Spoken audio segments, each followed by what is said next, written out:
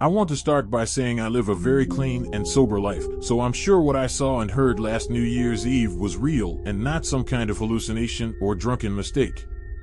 I live on the edge of a small southern town, and some of my friends live further out in the countryside, where the roads are dark and isolated. One of my friends, Darren, lives with his family in a wealthy neighborhood that can only be reached by these back roads.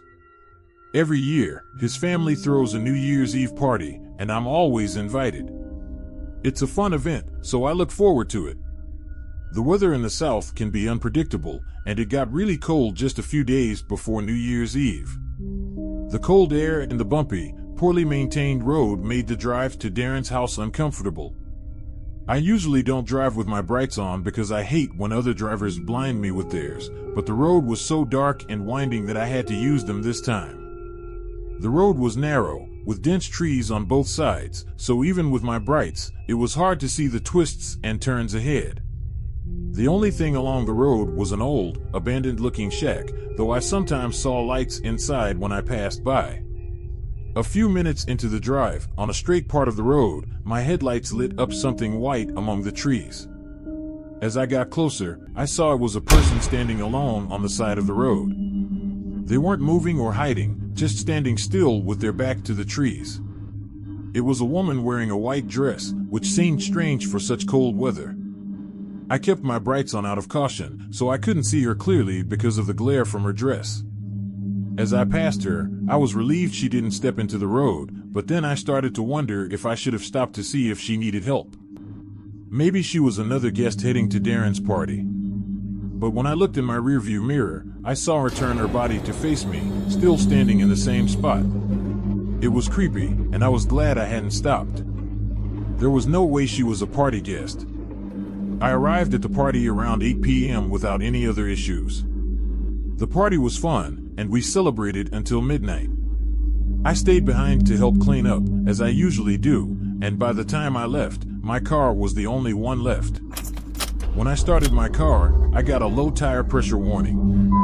My car is old, so it didn't tell me which tire was low or how bad it was.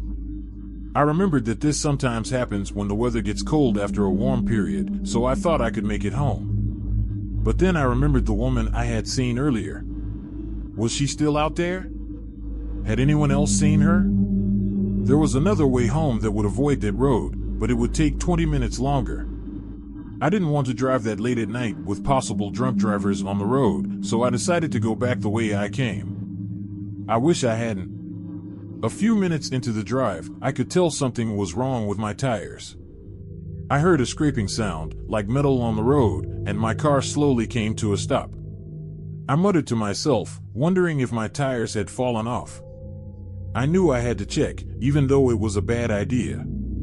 I turned off the engine and got out of the car. As soon as I closed the door, the car's lights turned off, and I was surrounded by complete darkness.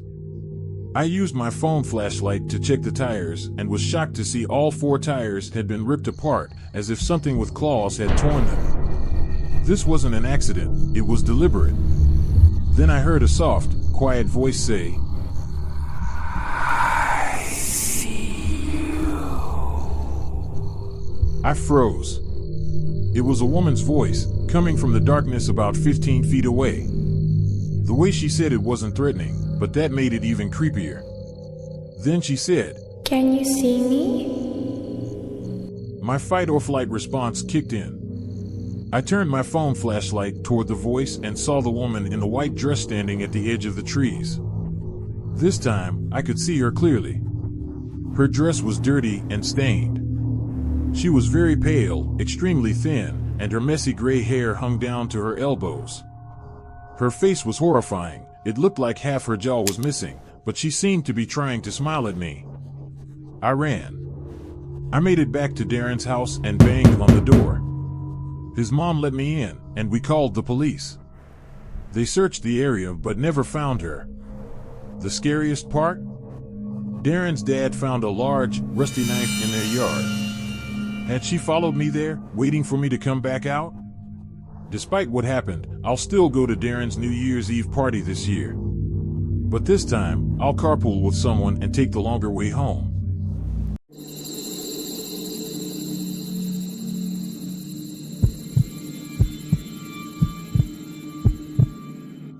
When I was 18, during my senior year of high school, COVID-19 had just started and everything was shutting down, including my school.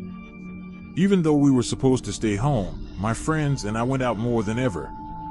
There wasn't much to do since most places were closed, but I love exploring urban or haunted places. I still do this today. I don't scare easily.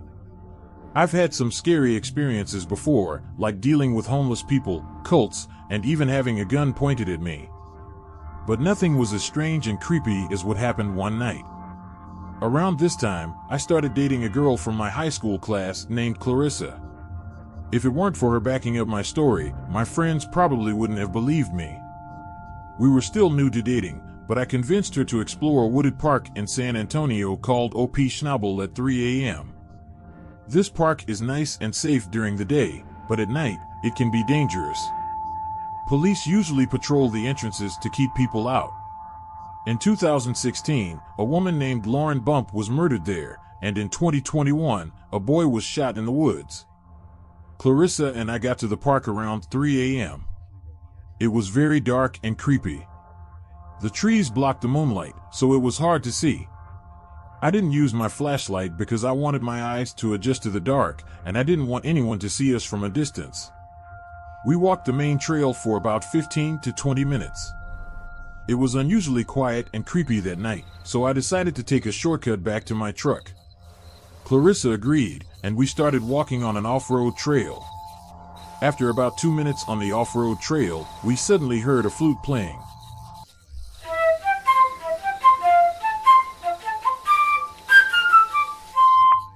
We stopped and looked at each other, listening. The music was in rhythm and sounded like a song, but it was very creepy. I don't scare easily, but after 15 seconds, Clarissa started shaking and was about to cry. She began praying, asking God to save her and forgive her sins. That's when I realized how serious the situation was. It was hard to tell where the flute sound was coming from.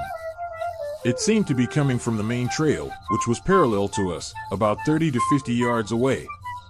But the sound got louder and closer, as if it was right on top of us.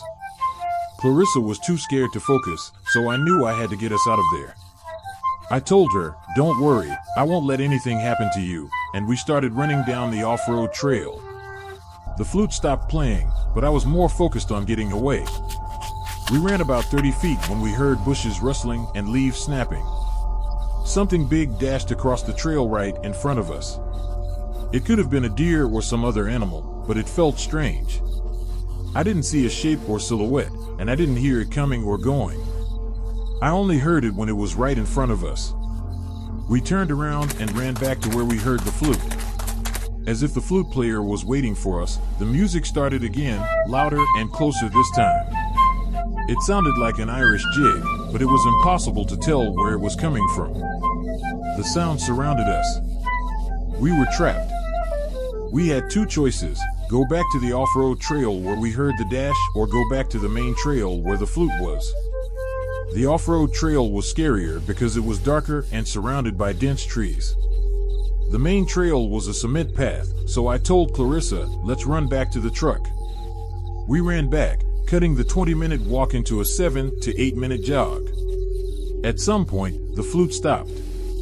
On the way back, we passed a porta potty.